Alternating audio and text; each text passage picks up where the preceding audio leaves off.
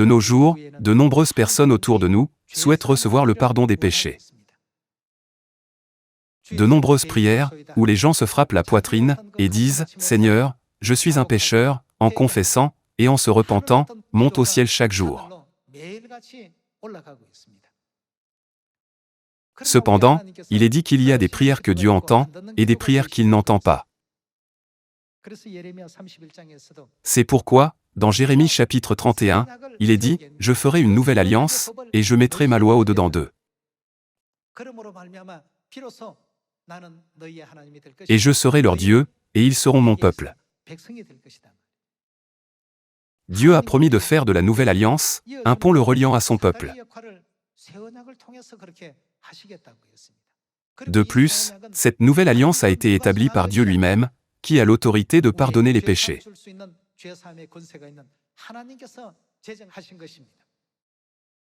Cela signifie, celui qui garde ces choses est vraiment celui qui croit en moi. Dieu a distingué ceux qui croient de ceux qui ne croient pas. Aujourd'hui, ceux qui fréquentent l'Église disent « Nous croyons tous au sang de Jésus-Christ versé sur la croix, et nous croyons en Jésus. Pourtant, parmi les paroles de Jésus figure « Je ne vous ai jamais connu.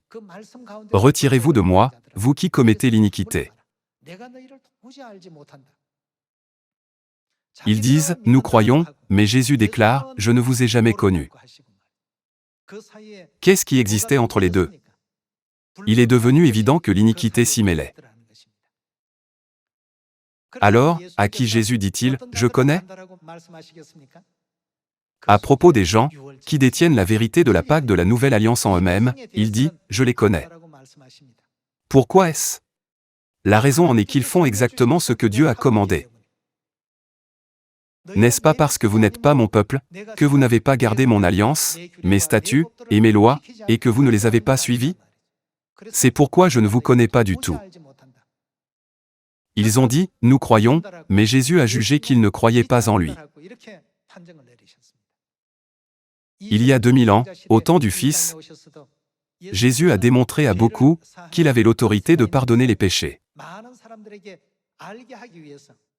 Il aurait pu simplement dire « Lève-toi, paralytique. Sois guéri. » Mais il dit « Tes péchés sont pardonnés » pour montrer qu'il pouvait exercer l'autorité de pardonner les péchés, même lorsqu'il était incarné sur cette terre. En cette dernière époque du Saint-Esprit, sur quel nom pouvons-nous nous appuyer pour recevoir le pardon des péchés? Qui peut en effet pardonner nos nombreux péchés au ciel?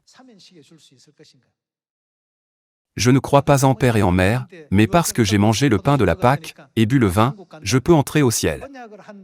Une telle alliance ne peut exister en excluant celui avec qui elle a été faite. Les pharisiens et les enseignants de la loi étaient qualifiés de légalistes parce qu'ils pensaient qu'il suffisait d'observer les ordonnances et les lois, tout en excluant Jésus, le Sauveur.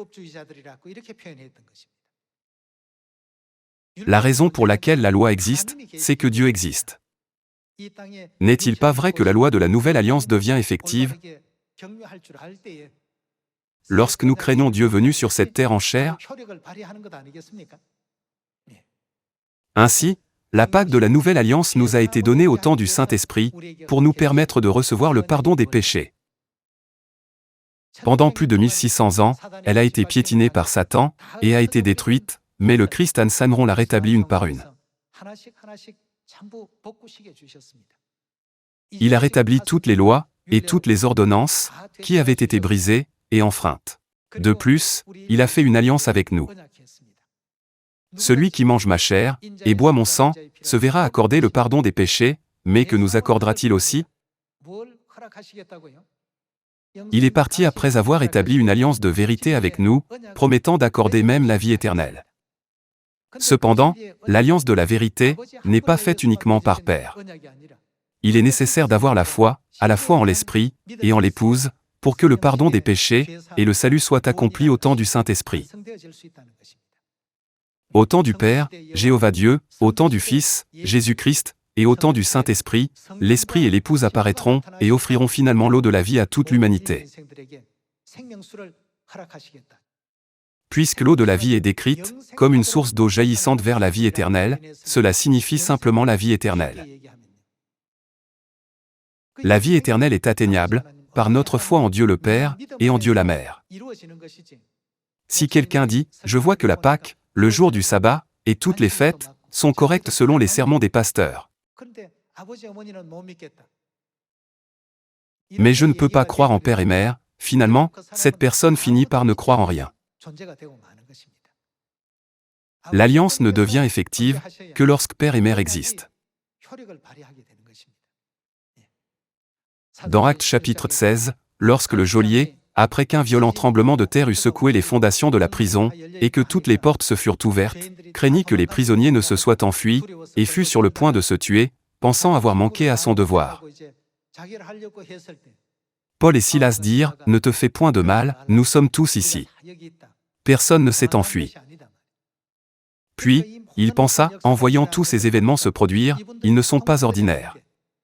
Quel genre de Dieu servent-ils? Il demanda, « Seigneur, que faut-il que je fasse pour être sauvé ?» Paul a-t-il compliqué l'explication de la Pâque de la Nouvelle Alliance et de les règlements? Qu'a-t-il dit?